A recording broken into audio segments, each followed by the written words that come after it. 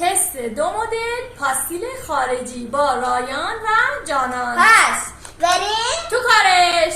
خب این پاستیل خارجی هست با سس ترش.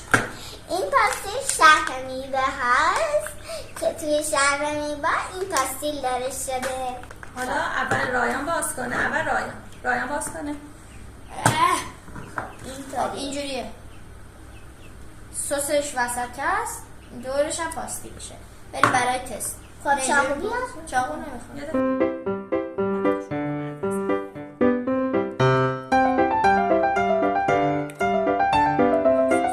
سسش کمه، اصلا به قیمتی که خریدیم نمیارزه. خب اینو چند خریدیم؟ 120,000 تومان. بیا بیرون پاستیلشو بیا. یه دونه دوشم یه دونه پاستیلش یا من اینو بگی تا من بخورم در بیا. خب بزن من اول. یه چند بزن خب برای ما بمونه. خب نادمن چی نظرتو بگو جانم؟ خیلی بچه خوشمزه. به نظر من شما هم بگیرید. مزه چی میده؟ خیلی از خوشمزه. بلوبری میده، خیلی خوشمزه. حالا با یه دونه دیز تمومش نکن دیگه.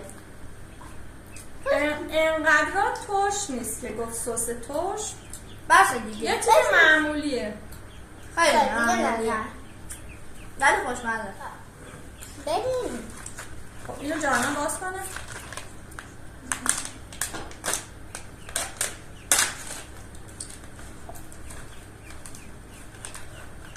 چاقو بیار. نه چاقو نمیخواد. چه باله. اینطوریه داخلش. همین هندونه.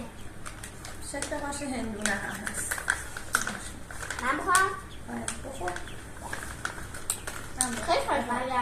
خب طعمشو باید بگی. طعم چیه تو دهنه؟ انگار گوشت گوشتن کباب کردی.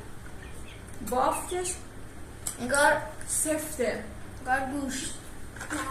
ولی طعمش هم واقعا طعم هندونه هست. آره یه مقدار ترش و شیرینه. آره به نظر من این خوشمزه این خوشمزه تر از دوتاش 120. ولی اگر که بخوایم بخرید اینو بخریم این خوشمزه تر بود.